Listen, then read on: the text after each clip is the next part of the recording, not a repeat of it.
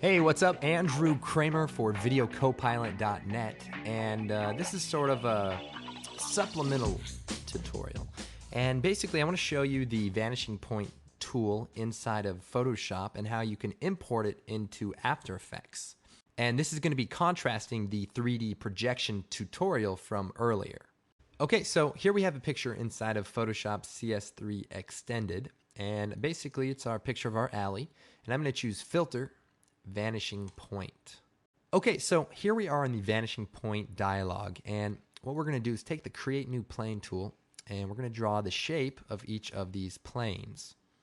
So you just kind of click, move, click, and you can see it automatically creates these planes based on where you point.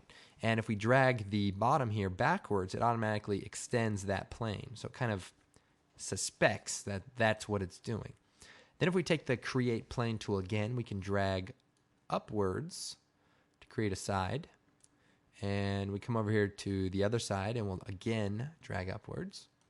And we'll take it again and we'll go to the back here and we'll make a back wall.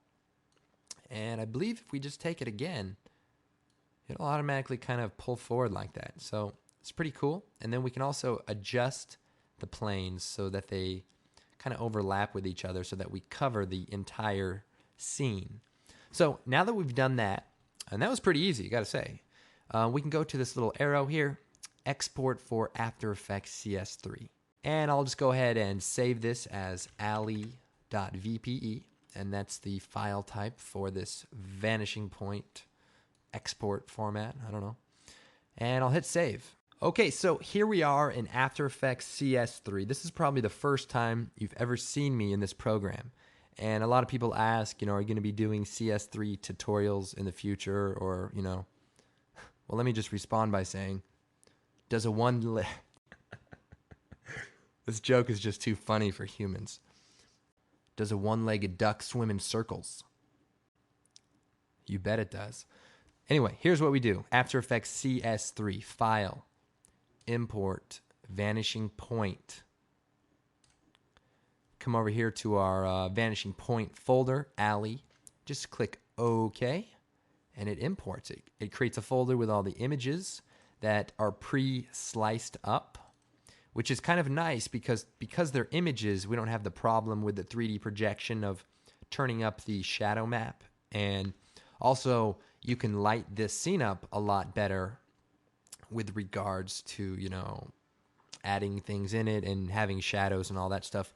It really does work functionally better with a few little side effects. So if we open up the alley composition, you can see we have a comp that's a little crooked right now, but it comes with a nice parent that all the layers are connected to. So we can simply rotate the parent on the z-axis, in this case, and just straighten it out. Now, I will tell you, sometimes things come in really awkward, and here are a few of the drawbacks, or just, caveats that you want to think about. Firstly, the position data is astronomical. So when you create new layers, they don't always show up, right where you think they might. They're pretty far away. And that can be a little problematic, but if you understand it, I'm sure you can work around that. The nice thing though is, if I do create a new light, like a point light, I can move it around in here and actually have it relight the scene somewhat, which is pretty cool. And if we move this forward, you can see this is a pretty impressive effect. Now you can see our background layer is pretty bright, and if you remember that from a previous tutorial, just sort of a side effect. So if we take the exposure, where's that at, and bring the brightness of that down, we can sort of create this effect a little bit better.